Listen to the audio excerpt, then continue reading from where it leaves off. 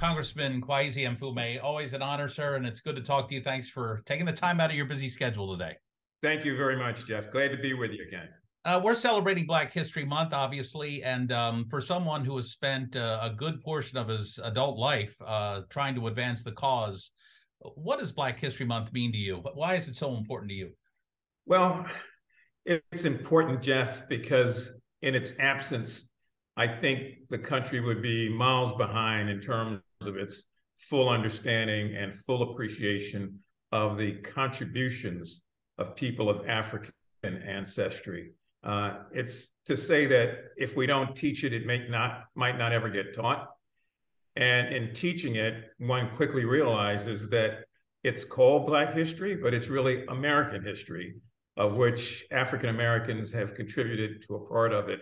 I run into this when I talk with many of my friends who are Latino and who make the point to me that their history is a part of American history. So the good thing is that we're a very diverse country and have the ability to have a diverse population with a shared history.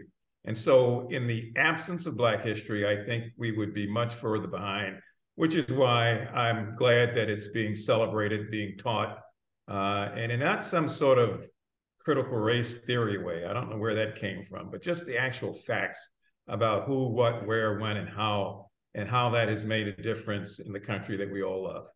You know, you bring up a good point. Things are so divisive nowadays. Is it harder for you in what you do for a living, trying to get the message out?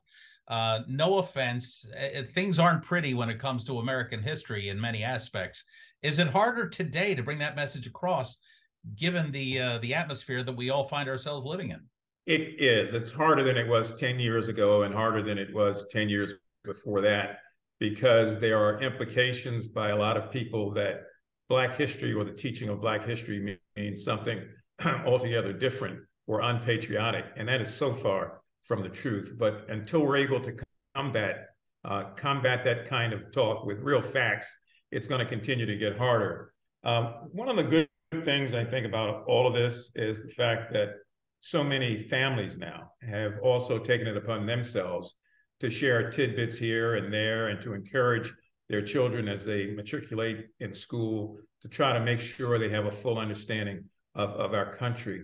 But it is a little more difficult. And having said that, I think it's a little more challenging for all of us to be able to lift up the positive aspects of that so that we all have a fuller understanding.